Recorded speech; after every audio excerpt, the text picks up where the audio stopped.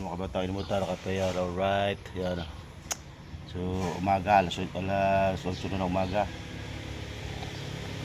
So, natuwala ako mga kabataan ko sa kwap. Mga tanim ng asawa ko siya sa asawa. Nagtanim siya ng mga durian, mga saging.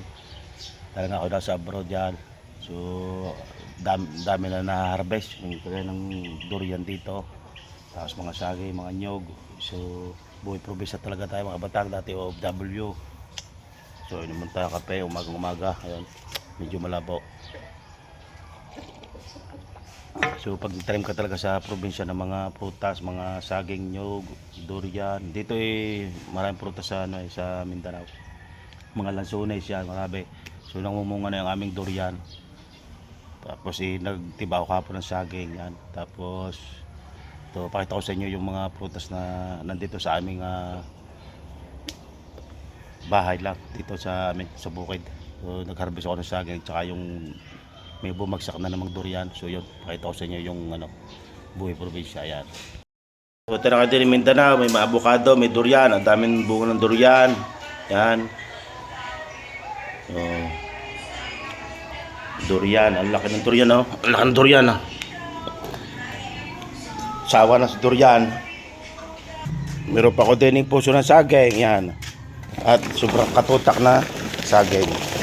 Yung kadami saging. Oh. Grabe. Daming pira nito sa Batangas. Oh. 7 buwig. Kinuha ko kahapon.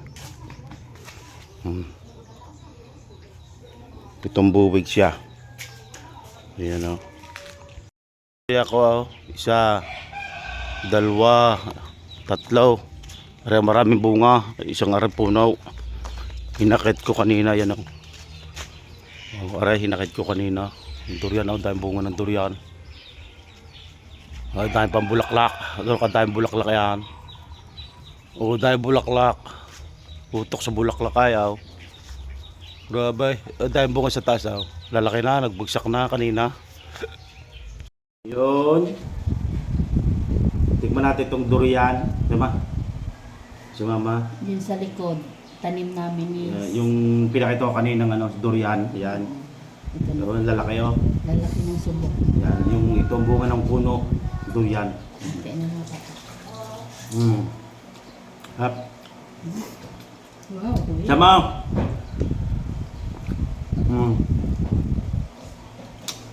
Yung bunga sa durian, likod bahay, mga kabatang.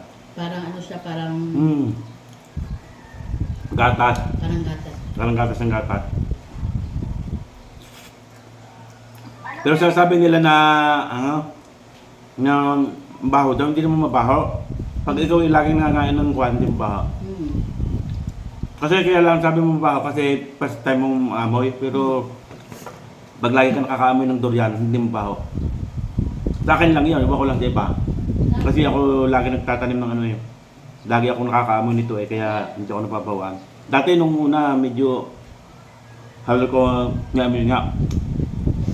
Pero ngayon hindi, normal na lang sa akin yung amoy ng ng durian.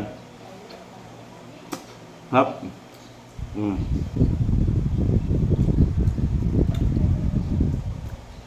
Sarap ng durian.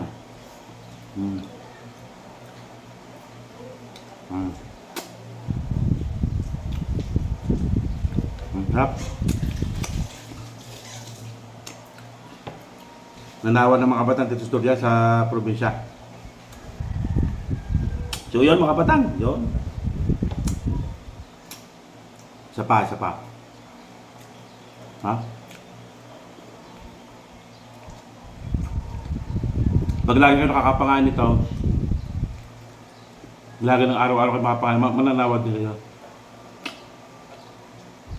Mananawa.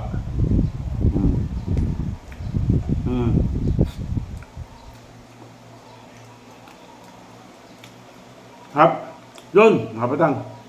Kaya te. Kadyang pag kumain susup-supin mo ang kamay Sasarap. Kayo mga batang, dito lang vlog natin for today. Maraming salamat sa inyong mga kabatang. Right.